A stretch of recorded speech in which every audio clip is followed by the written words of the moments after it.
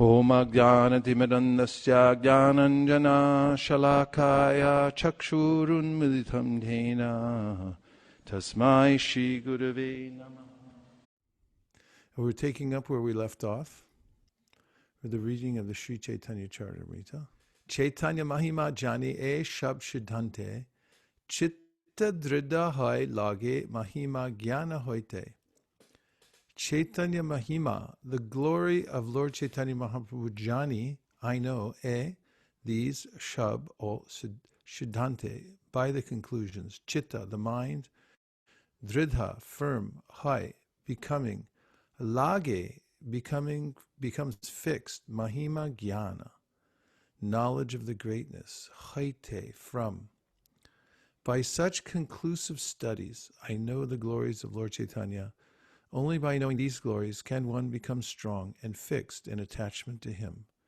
Purport: one can know the glories of Sri Chaitanya Mahaprabhu only by reaching in knowledge a conclusive decision about Sri Krishna, strengthened by bona fide study of the conclusions of the Acharyas.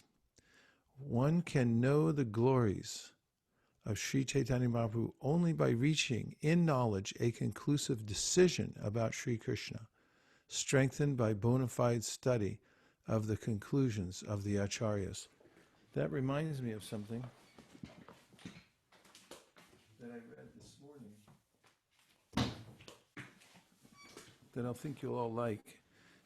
I was reading in the second chapter of the Gita today, and just at the very end, I noticed something, and it relates to this statement Prabhupada's making here. So, yes, if you go to verse 72 in the second chapter, the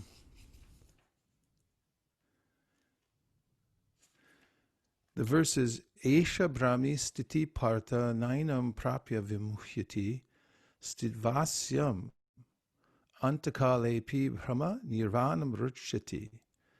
That is the way of spiritual and godly life, after attaining which a man is not bewildered.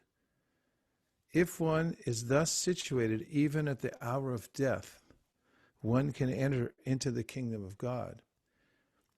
And here's the section I'm referring to. Prabhupada writes, one can attain Krishna consciousness or divine life at once, within a second, or one cannot attain such a state of life even after millions of births. It is only a matter of understanding and accepting the fact. It is only a matter of understanding and accepting the fact. So we could relate that to the other statement we just heard. And from the Caitanya-caritamrta, Kaviraj Goswami has said that it's imperative that one not be lazy. Siddhanta bolya chitanakara alash, iha hoite Krishna lagi sudrid manash. That was the verse before we read today's Caitanya-caritamrta verse. In that verse, he says, alash, don't be lazy. Siddhanta bolya Chitana na kara alash. Don't be lazy. And meaning, don't hesitate to look deeply into the truth of the manifestations of Krishna and the various categories of his energies, and read all the Shastras. Because iha hoite Surid lage, Surid manash, iha hoite Krishna lage, Surid manash. It's because if you're able to go into the Siddhanta, then your mind will become very fixed in Krishna consciousness. And today's verse that we just read from the Caitanya-caritamrta, he says, you can go back. By such conclusive studies, I know the glories of Chaitanya, Lord Chaitanya. Only by knowing these glories can one become strong and fixed in attachment to him. And Prabhupada says that one must make a conclusive decision. So because we're not dead stones, it's we who have to actually make the decision. And this is a great mystery because we have free will and we can decide to surrender to Krishna, or we can prolong our dream that we are the center of the material world and somehow or other will live forever and enjoy. It helps to have the association of devotees, but it's not a guarantee because there's a way in which we actually have to make the decision at some point. To that end, if you look also in Bhagavad Gita 1866, Krishna gives this admonition that abandon all varieties of religion, just surrender to me. I shall deliver you from sinful actions. Do not hesitate, do not worry. And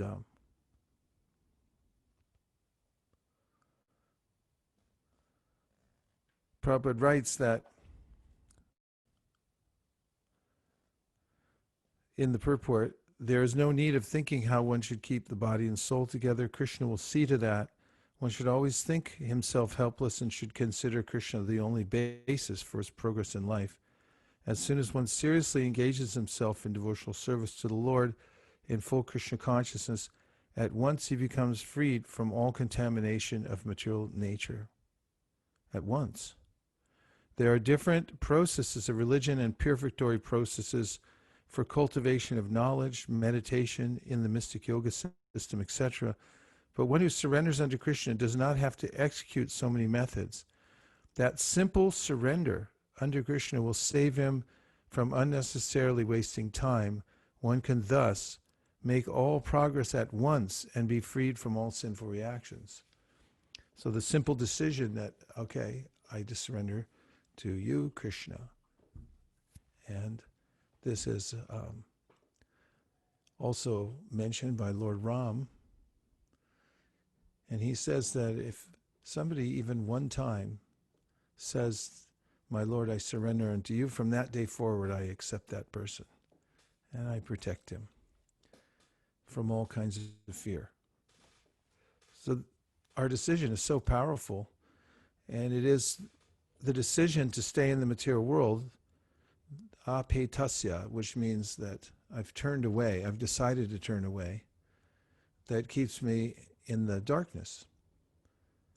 So it's a wise idea just to decide to surrender to Krishna.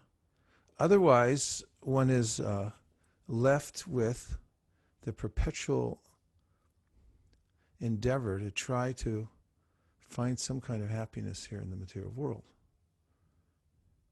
And that could be troublesome. And I'm going to show you, if I can find it,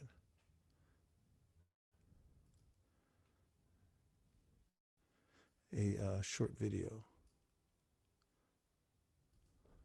Where did it go? Oh, I know where it is. Okay, hold on, because I'm going to share my screen, if I may. Are you all ready for a movie? Did you know it's movie night?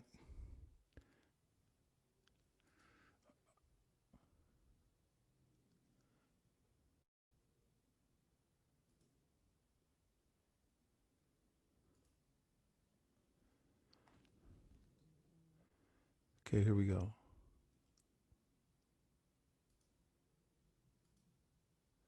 Ready?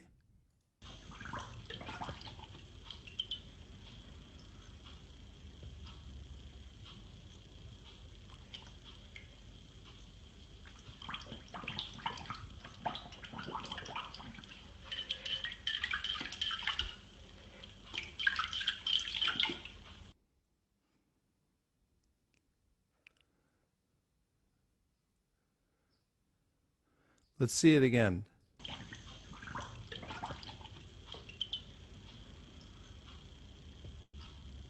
He's got a little helper there on his right. He's also coaching him. Just try harder.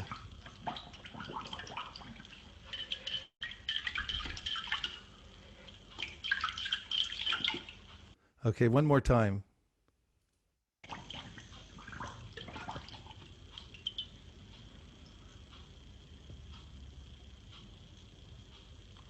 Go ahead, you can get it.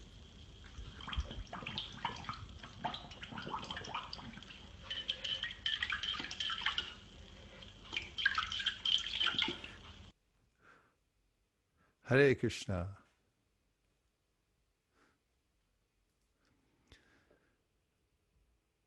So there's the hard struggle for material existence or surrender to Krishna. So it's very helpful to hear the words of Krishna saying, isn't it?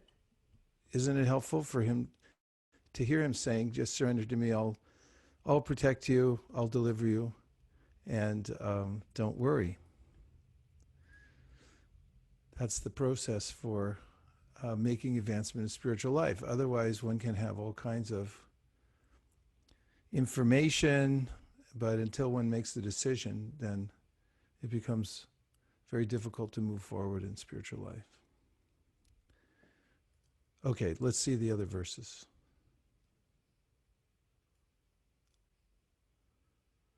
Caitanya Prabhura Mahima Kahi Bharatare, Krishnara Mahima Kahi Kariya Vistare.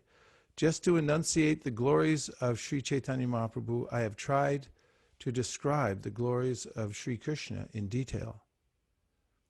Chaitanya Gosair e Tato Narupana Swarup Bhagavan Krishna Vrajendra Nandana. The conclusion is that Lord Chaitanya is the Supreme Personality of Godhead Krishna, the son of the King of Vraja. Shri Rup Raghunath Pade Jar Ash Caitanya-caritamrta Kahe Krishna Das. Praying at the lotus feet of Shri Rupa and Shri Raghunath, always desiring their mercy, I, Krishnadas, narrate Sri Caitanya-caritamrta, following their footsteps. Thus end the Bhaktivedanta purports to the Sri Caitanya-caritamrta.Adi-lila, second chapter, describing Sri Chaitanya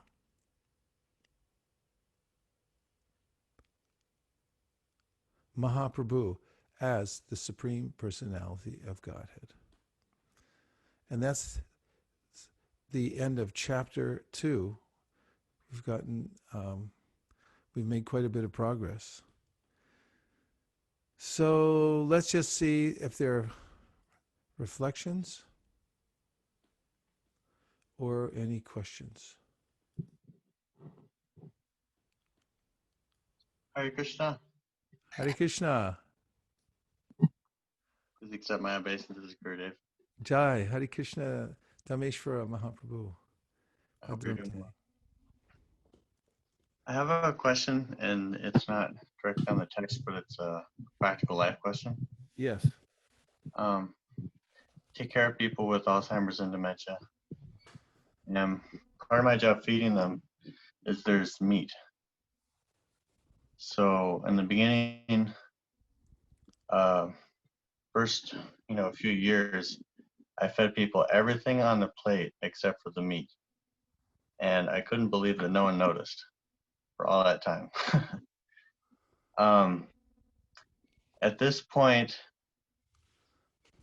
I remember Krishna's instruction that your duty is not marred by sin. And I just say, Lord, please forgive me. And I feed them everything on the plate. So I know I'm responsible for what I choose to do, but I was wondering if you have any input on this particular situation. Well, it's true. In the Bhagavad Gita, Krishna says that every endeavor is fraught with some kind of fault. He goes through the list of brahmanas who perform sacrifices where animals are killed, and then he mentions kshatriyas who have to fight in bloody wars. Then he mentions Vaishyas who have to say, for you I make no profit. And then he mentions Shudras who have to serve masters who are nefarious. And that in that context, it's these kinds of things Krishna seems to be discounting.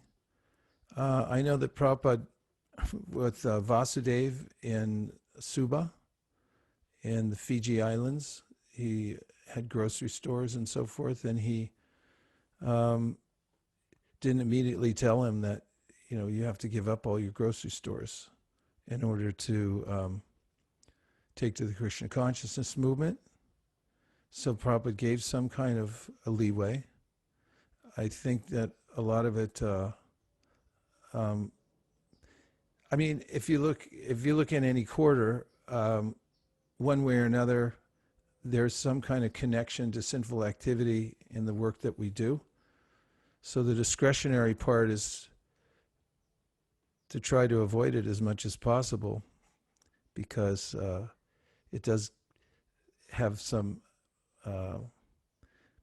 effect on the consciousness, definitely. And oftentimes, if you're in a career or a job where there's no other alternative, it's difficult. When Prabhupada was talking to a student, and she told Prabhupada that she was studying biology, Prabhupada said, "Poor frogs." Because there's a way that oftentimes in laboratory situations, they have to kill frogs in order to dissect them and look at them. And so, obviously Prabhupada was aware of all these frailties, and ultimately we'd like to not be in contact with them as much as possible. Trying to work around it when you're in that situation can be helpful. It requires some discretion, because most people would not be able to have a career at all if you were to count out every single connection to one of the four sinful activities. So what's the situation now? Did somebody notice? No, no one's noticed, and I don't have that duty as much. Now I'm giving out medications more often. Well, I just told somebody today who asked me about delivering food for.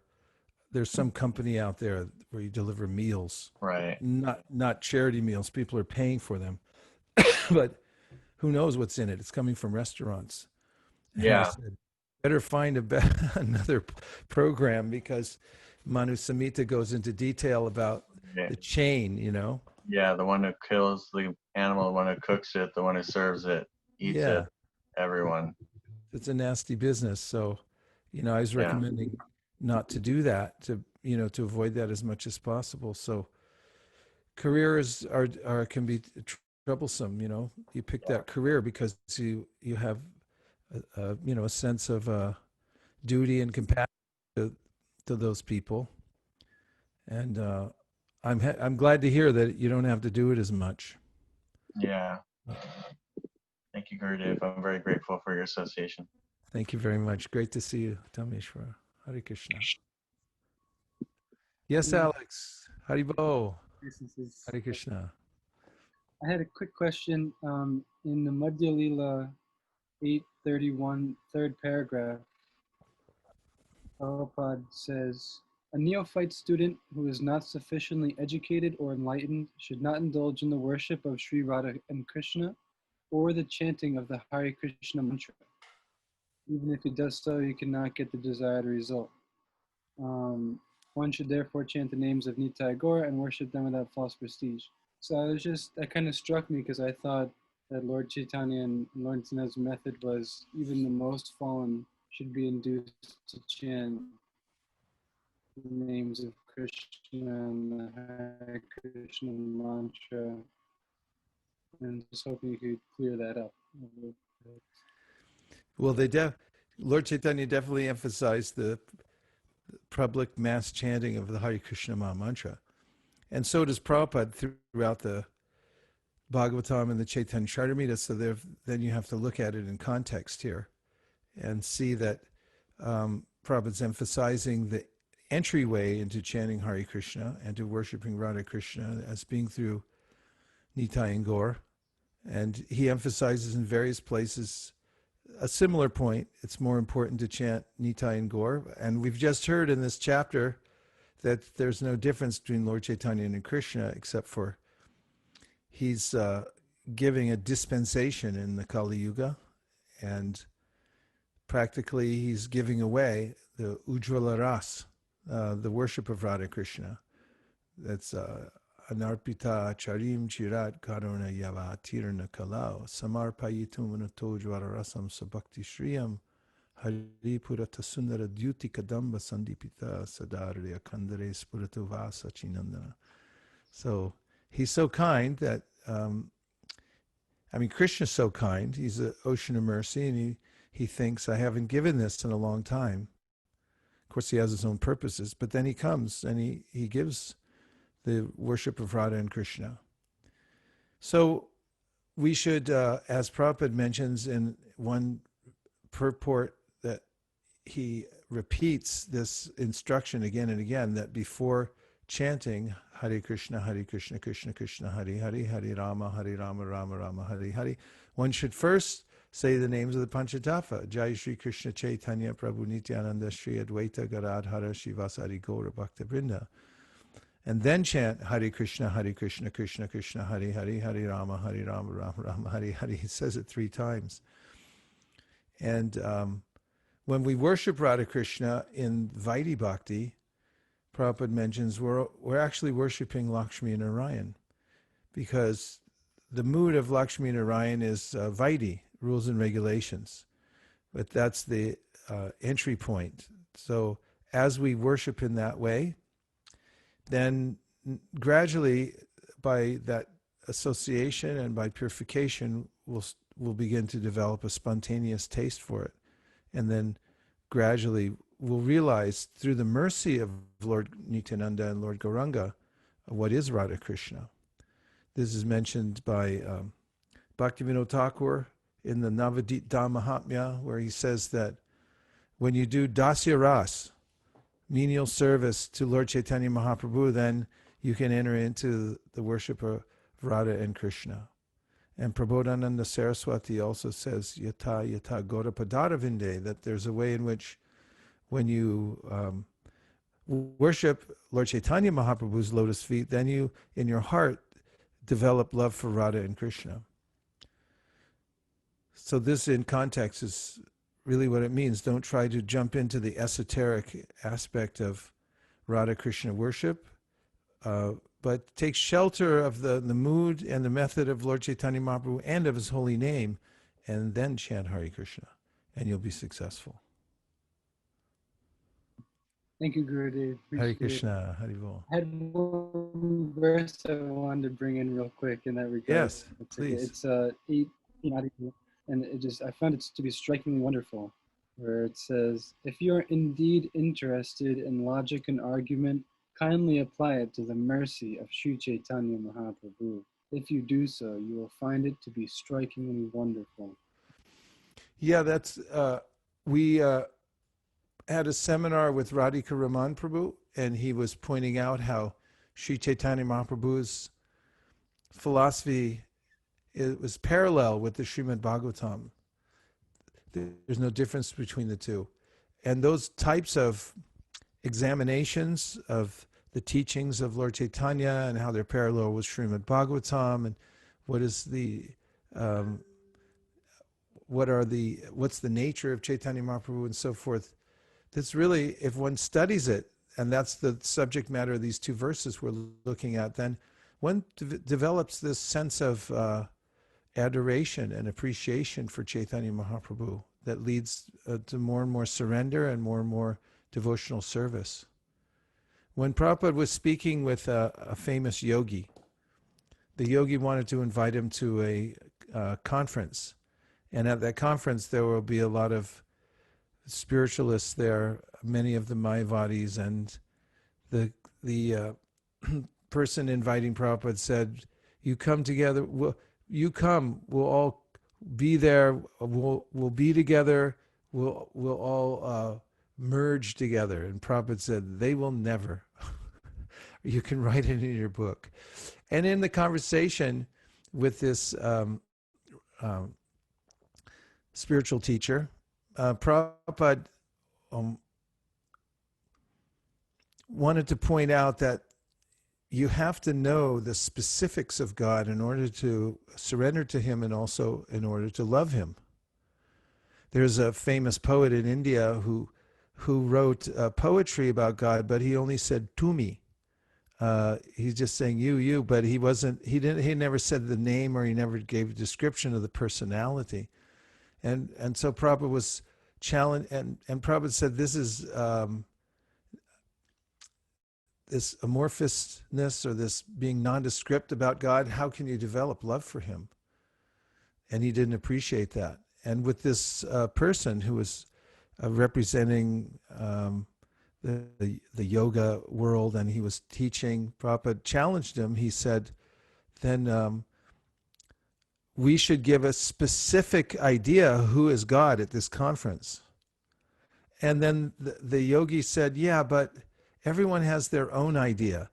So the Prabhupada said, okay, what is that idea? Tell me. Who is it? What's his name? What does he look like? And so forth.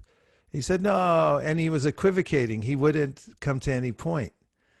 And then Prabhupada said, then you take ours, because we have very clearly a clear description of who he is, what his name is, and so forth. And he kept on this point over and over again. So in the Bhagavatam, we hear, Yene ravindaksha vimuktamaninas tvayasta bhavada vashuddha buddhaya aruya krishnena paramparam tata patantyuto nadrita yushvarangreya. Unless one gets this siddhanta and actually knows the personality of Godhead, that he's love personified, that he's the supreme personality of Godhead, he's the origin of all energies, and so forth, then whatever kind of imagined liberation one gets will not be sufficient. One will fall back down from that.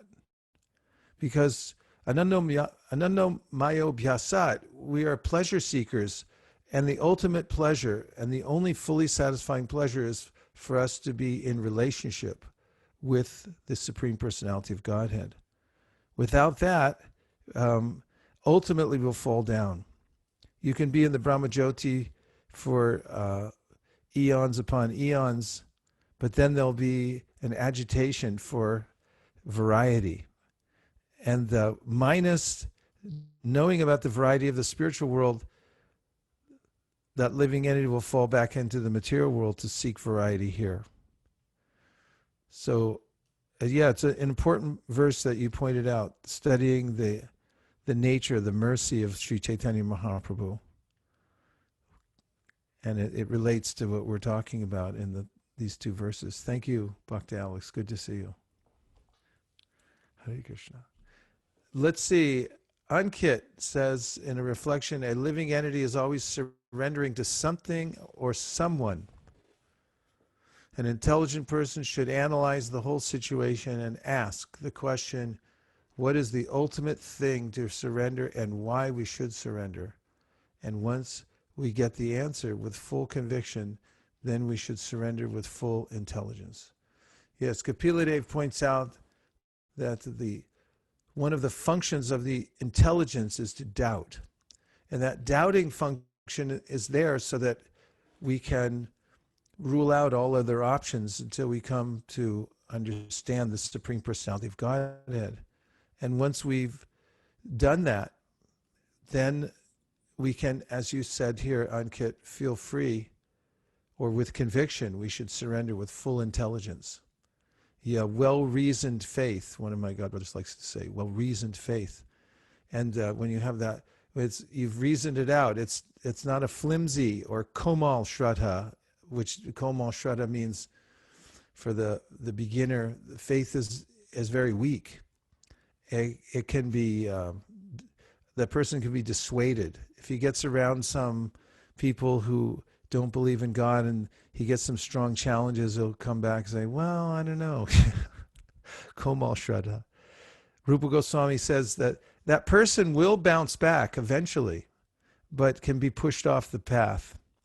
And then the Madhyama Adhikari has very strong faith, but doesn't have Shastra Sunipana, which means a really clear working knowledge of all the Shastra, kind of an expertise in the Shastra. But the Uttama Adhikari, at least in the context that these gradations are given, there are several that describe the various levels of devotees. The Uttama Adhikari is one who has firm faith and also has expansive scriptural knowledge and appreciation for how it all hangs together. All the Vedas, the Upanishads, the Vedanta Sutra, the Puranas, and ultimately the Srimad Bhagavatam and so forth, how it all works together, pointing towards Krishna. And with such clear understanding, and after having heard from a spiritual master and having studied the matter carefully, such a person becomes very convicted and steady and makes that decision. There is no really good decision to make other than surrendering to Krishna once one's developed such spiritual insight and had such association. Charupat says decision to surrender meaning initiation, or what it means by surrender. Following four principles, take prasadam and chant Hare Krishna, all that's very good. I agree. It's highly recommended. Well,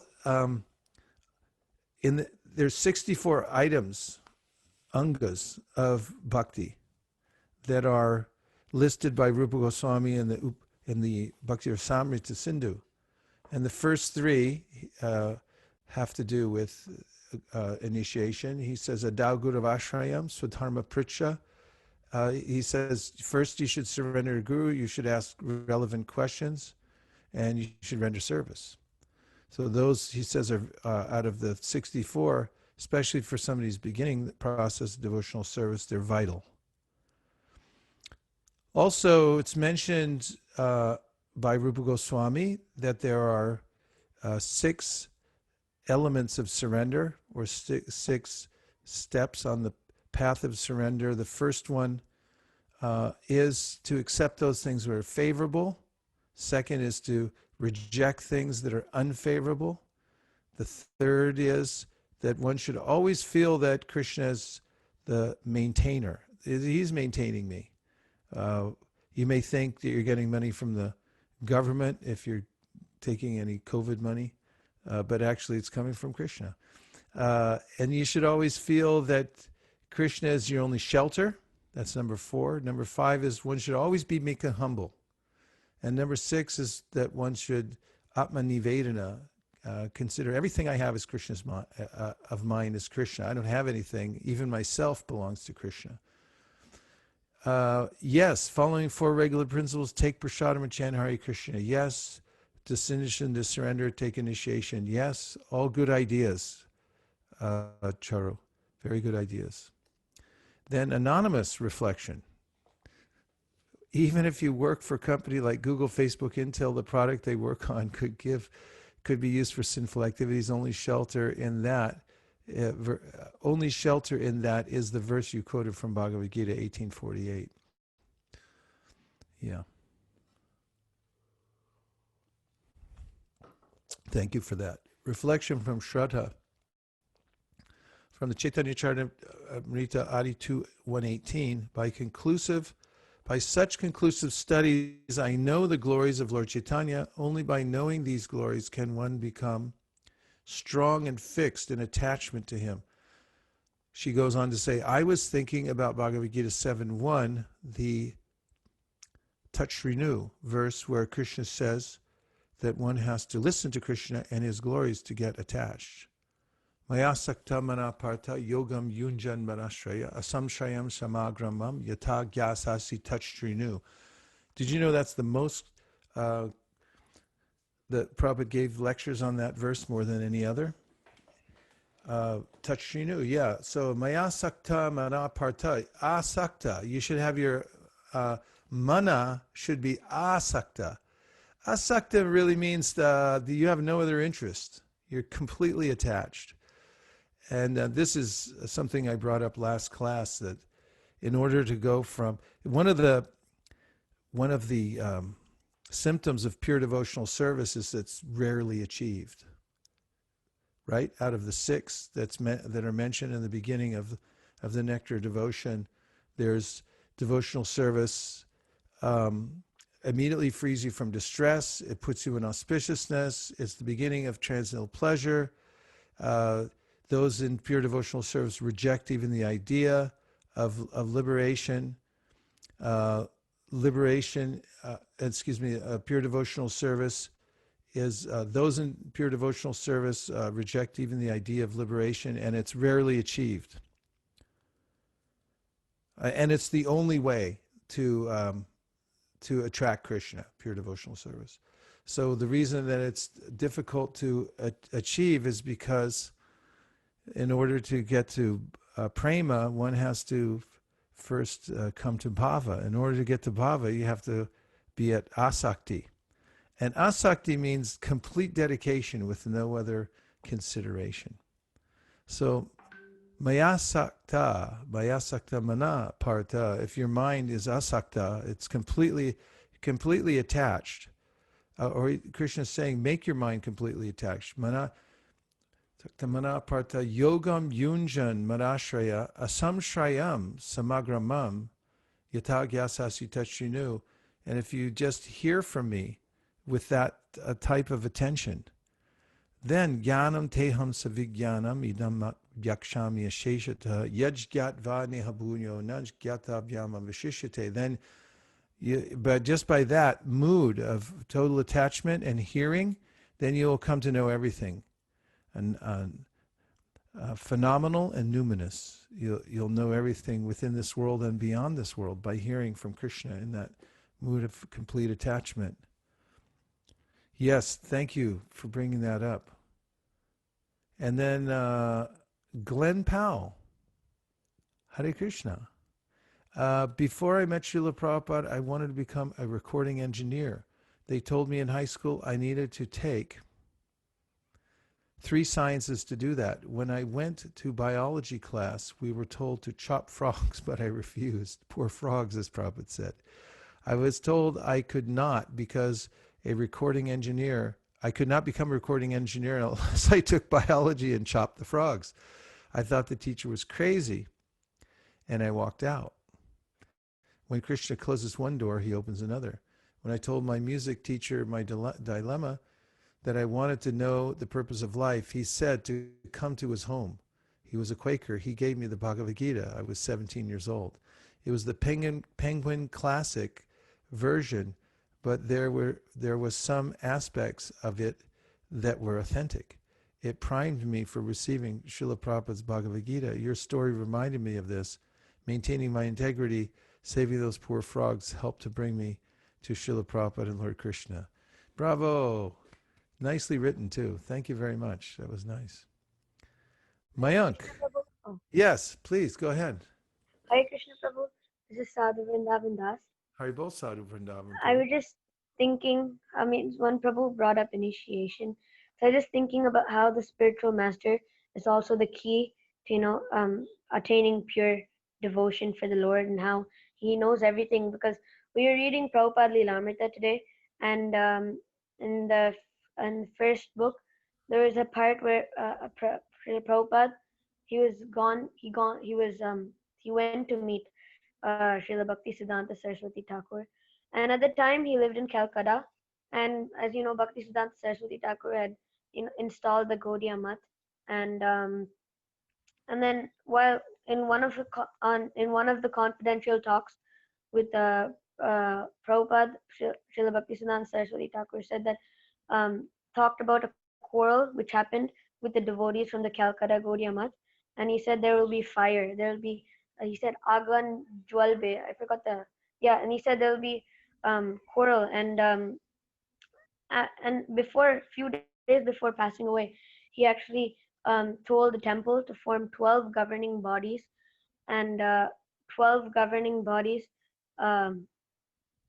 for the to lead the Gaudiya Math, but then his disciples, they got kind of, there were two parties where one was wanted to govern, become the successing leader, and the Acharya who initiates all the disciples, and there were two parties that were actually clashing, and then the Gaudiya Math, it just collapsed. So I was just thinking that how the spiritual master, you should always follow the spiritual master's instructions. Otherwise, your Krishna consciousness might, go down. Thank you, Sadhu Vrindavan. Yes, Guru, Sadhu, and Shastra. These three go together in triangulation. So we hear from Shastra, we take Guru, we take Sadhu, and take Shastra. Like 3 dots on a page, then you can connect the line properly. So those 3 things are recommended simultaneously as one finds one's way forward in the process of devotional service. And you're very correct. It is important to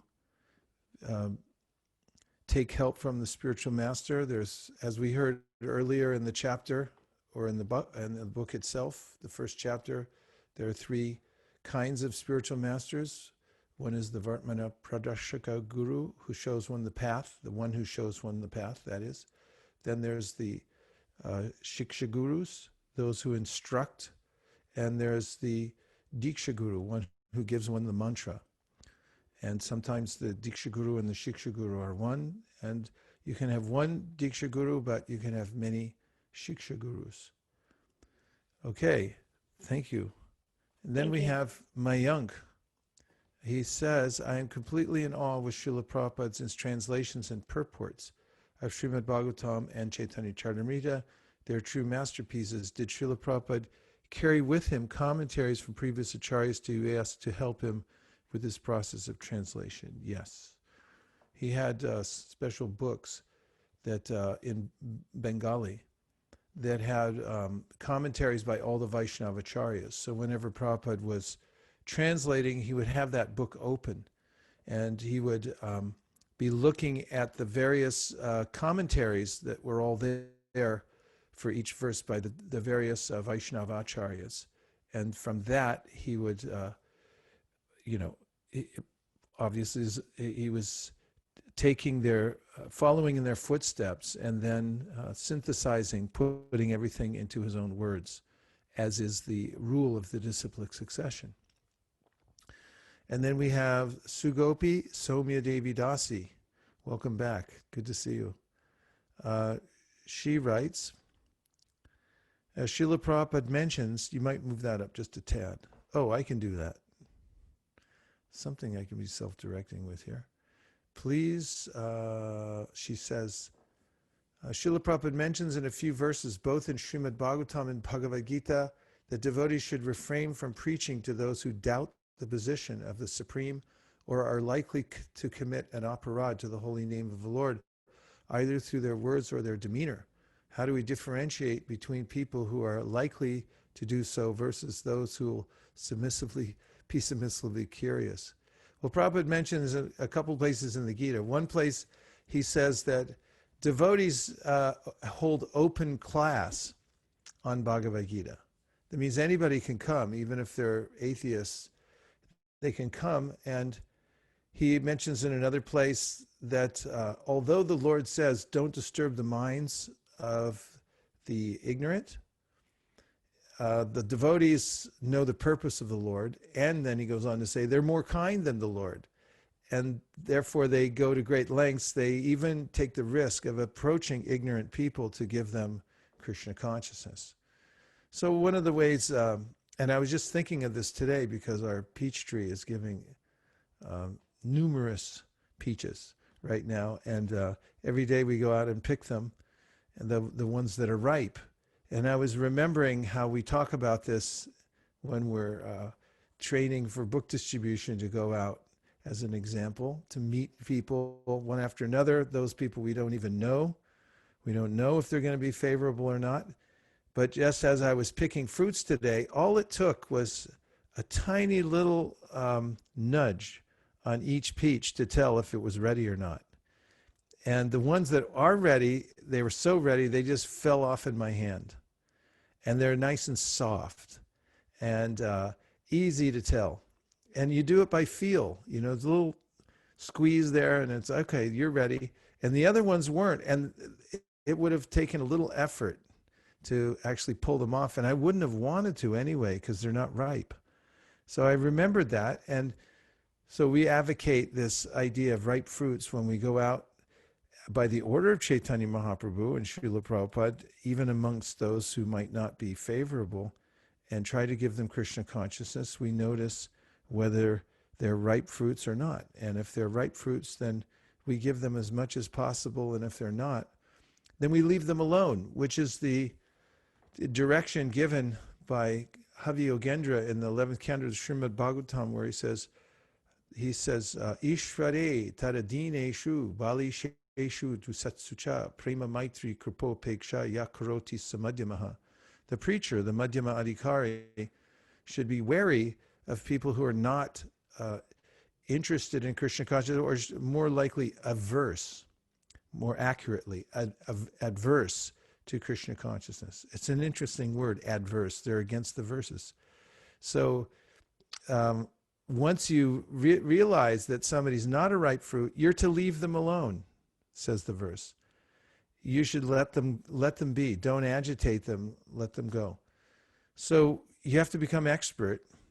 And in some cases, when you do meet people who are inimical or atheistic and you can't get away, then Prabhupada mentions in the pastime when Chaitanya Mahaprabhu meets Prabodhananda, meets the Mayavadi in Benares.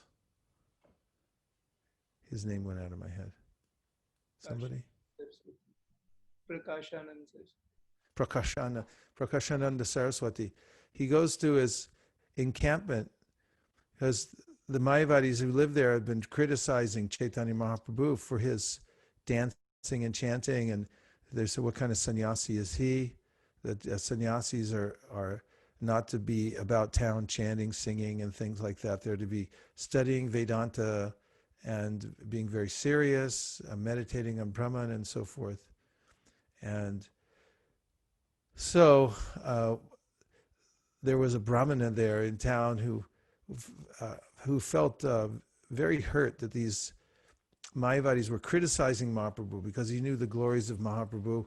So he came and invited Chaitanya Mahaprabhu to come and meet these Mayavadis, and Mahaprabhu accepted. So he went there in an unfavorable encampment, and when he went in, he was very humble. He washed his feet as the custom, and then he sat down right in that area where people wash their feet, and it was out of humility. So then Prakashananda saw this, and he also saw the Lord's effulgence. So he went over there and he reached out his hand to lift Mahaprabhu up. He said, no, don't sit in that place, Your Holiness. You come, please sit up here. And Prabhupada mentions two things there in that section. One is that people are already inimical, so you shouldn't make them more inimical. Be careful when you're dealing with people because they're fragile, and they've already developed a strong resistance to God, and especially a personal God. It just seems abhorrent to many people, and it seems infantile to some who are fully invested in scientific ideas. So he says, don't make them more inimical. That was Chaitanya Mahaprabhu. When he went in, he didn't go in with a swagger. He went and sat down in a lowly place and was very humble. And because of that, then Prakashananda went over. He felt compelled to bring him to a higher place to sit. And when he did that, Prabhupada said he got a Gyata Sukriti. Because he reached out to Mahaprabhu, he did some service, and now he became more qualified. So in some circumstances, we're not so much interested in preaching to people as we are in accommodating them to some degree so that they can develop some appreciation for devotees. Of course, we don't compromise our philosophy or anything like that, but our philosophy really has to do with being kind to all living entities. Krishna says this in the Gita, that one who is a kind friend to all living entities is very dear to me. And so why not be kind to people and see that they're spiritual souls? And by that kind of behavior, people become attracted. And then they can take to devotional service when they get to know the devotees and appreciate them. Thank you for your very practical and important questions, Sugopi, Somya Devi Dasi. And we have Alex and Valentina reflecting. We were hearing Srila Prabhupada's lecture, and he said, how can you trust somebody whom you don't know? First you know, then you can trust Krishna. Right. First you know, then you can trust Krishna. Yes, thank you. You're welcome, Charu. Yarni goodiness. That is a very good question. I also work with Alzheimer's clients, and the smell of the meat bothers me. I pray before fixing the food. Thanks. And then we have Ankit, clarification question. Is the platform of Ruchi when we are awarded or develop Raganuga Bhakti? Is the platform of Ruchi when we are awarded or develop Raganuga Bhakti? Actually, it's mentioned in Bhakti Rasamrita Sindhu that it comes gradually from Ruchi to then, especially in Asakti. In Ruchi, there's a way in which it's described in the Madhurya Kandambani that when one develops Ruchi, or a taste for Krishna and his names and pastimes and so forth, Madhushuti Guna Shruti Matrena Mai Sarva Guhashayi Manogatir Avichina Yata Gangam Baso Ndudao. This means that when you start getting really attracted to hearing about Krishna, and he says, does Vishwanath Chakravarti Thakur, that other kinds of topics aren't so interesting, and the person's always eager to bring his mind back to Krishna in Ruchi. And then he says in Asakti, he's even more attracted, and therefore when it's very difficult for him or her to bring the mind to ordinary topics, because the mind's so attached to hearing about Krishna. In any case, in that juncture between Ruchi and Asakti, there's a development of a specific interest in a relationship with Krishna. And Rupa Goswami says that comes from Krishna, but it enters the mind of the devotee, and the devotee feels that this is my desire and my unique way in which I want to serve Krishna. So it's feels like it's coming from the devotee, but it's coming from Krishna's internal potency. And it's at that point that he starts to develop this sense of spontaneous attraction, especially to one of the devotees who's worshiping Krishna in a specific relationship. And then the person becomes interested in hearing more and more about that particular devotee and how he or she is rendering service to Krishna in the spiritual world. And this is described in the Upadeshamrita, which Rupa Goswami says, Tanama Rupa Charitari Sukirtananu Smrityo Kramena Rasana Manasini Yoja Tishtan Vrajetananuragi Jananugami Kalam Nayet Akilam Ityupadesha Saram. That the essence of all advice is one should thoroughly hear, chant, remember, go on serving Krishna, and by that one will gradually come to the point of being interested in following one of the residents of Vraj. And by that following, that's called Raganuga, following in the footsteps of those who are in Ragatmika Bhakti, or purely spontaneous devotional service. Sukeshvari gives a reflection. It is very happy to note that in the U.S., kids can take an assignment home instead of having to do the frog dissection just by telling the school that we have our religious belief. Yeah, I've heard that also. Sometimes now you can do it through computer models and so forth. Radha Kripaprabhu reflection. When deciding my future career option, my uncle only gave me two options, medical and non-medical engineering. When I questioned what am I supposed to do in each of these options without having any knowledge of these subjects, he mentioned you have to dissect frogs to learn a biology subject in college. I immediately said, no, I will not do. I picked up engineering as a choice. Few frogs were saved. Aha. Now we know the secret of how you became an engineer. That's laudable. Okay, Alex and Valentina, but the devotees of the Lord, here's the quote they're giving from the Prabhupada's purport. He says, Prabhupada, but the devotees of the Lord are more kind than the Lord because they understand the purpose of the Lord. Consequently, they undertake all kinds of risks, even to the point of approaching ignorant men to try to engage them in the acts of Krishna consciousness, which are absolutely necessary for the human being. Jai. So, how's everybody feeling now that we're on permanent lockdown? Have you adapted?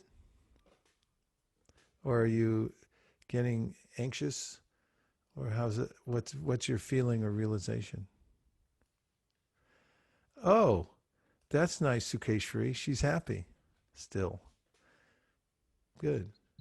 I just wanted to say, Prabhu, that I'm realizing more and more that we had so many sure plans of maybe career or education day by day, and what we're going to do in 1 or 2 years. But now we're forced to live in the moment and think about what you can do today. That's going to make you feel like you've fulfilled your vows of chanting, and then what makes you feel like you have accomplished what you can in 1 day. Very interesting. So you've found that this experience has helped you compartmentalize each day as one unit, and you're living more in the moment, more in the mode of preparation and self-improvement and practice? Yes, Prabhu. Yeah? Yes, I think it's been very slow. It slows you down a little bit. It makes your mind a little bit more calm and patient. So you're not always just looking for what's the next thing, what's the result. Life is not like a waiting room for what's coming next. It's more of, okay, this is it. How can we do better? Interesting. Yeah, it's kind of like a time to observe ourselves too, and see how we can actually live in the moment and apply ourselves. A kind of closer observation, right? Go ahead, Avantika. Oh, I thought you were about to go. Who was going to say something? I was just going to say, Prabhu, that I think pandemic has, I don't know if earlier people were doing it, but I think there are so many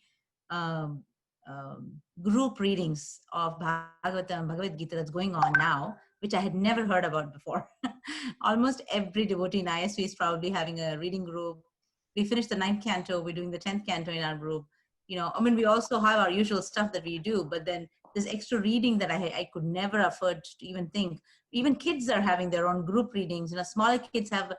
I just wanted to mention that Damodar called me the other day and he said, Mataji, I'm going to start a reading group. I said, are you serious? Okay. He said, yeah, I'm going to do it with all my school friends.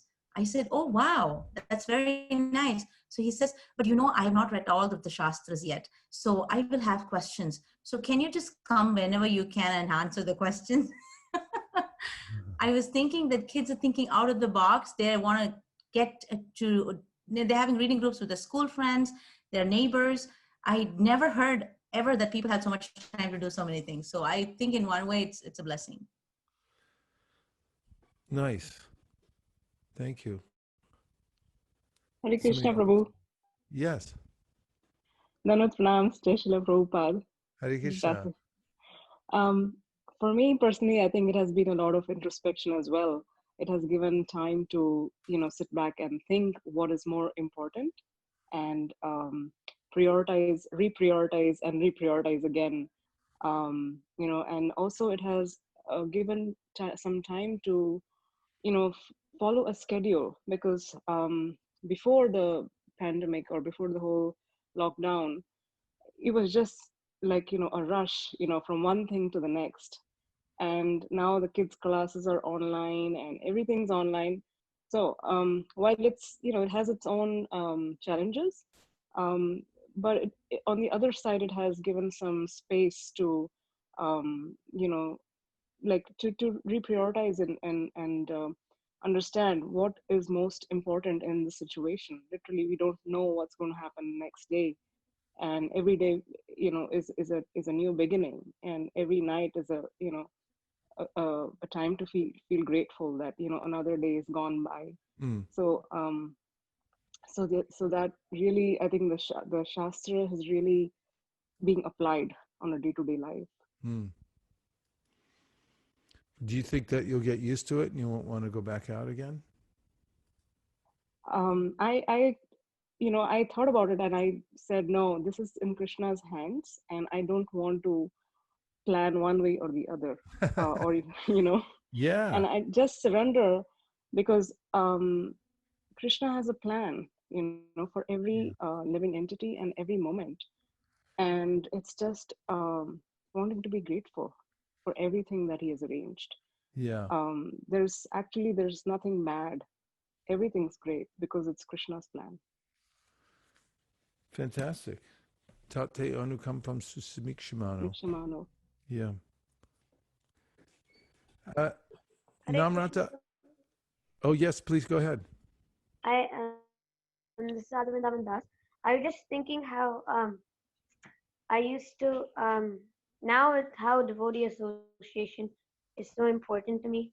I used to take everything for granted, but now without all of you guys association, I'm just thinking how I'm missing it so much. And I was talking with Nirakula Mataji the other day to wish her for her birthday, and I was just thinking, telling her how it's so weird that I'm over here and still, because of the COVID-19 and the pandemic, we could not, come and see you and be in the temple, come every Sunday for the Sunday feast, have the youth jam, with all of you. So now I'm feeling grateful. I'm feeling grateful and praying that this pandemic could end and I could see all of you guys.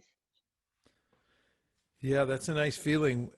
When we see devotees in person, it's a reminder of how much we miss them.